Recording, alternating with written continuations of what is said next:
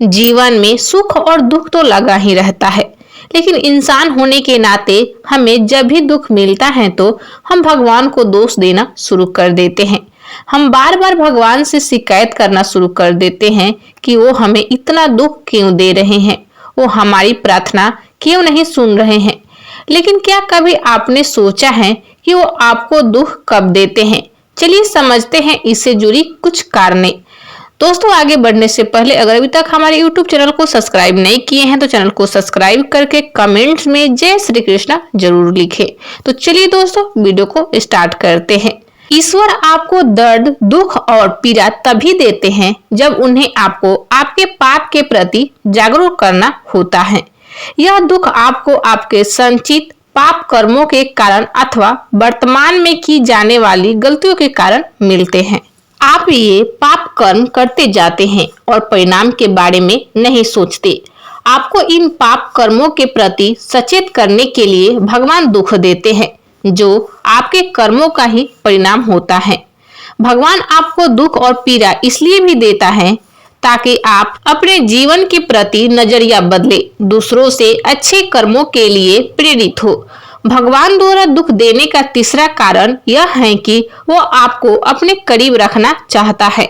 वह जानता है कि जब आप दुख में होंगे तभी भगवान को याद करेंगे, भगवान के जरिए उस दुख से मिलने का मार्ग सोचेंगे।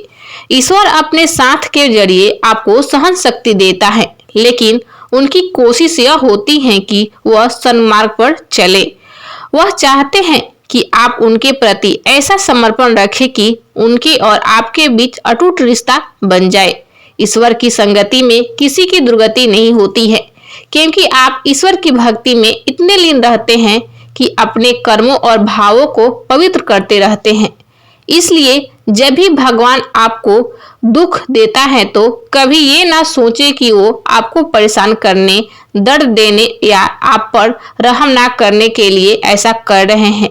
आप ये सोचे उस वक्त वो सबसे अधिक आप पर ही विचार कर रहे होते हैं और वो चाहते हैं कि आप अपने बुरे कर्मों को जल्द से जल्द खत्म कर दे ताकि अपने अच्छा भविष्य तैयार कर सके।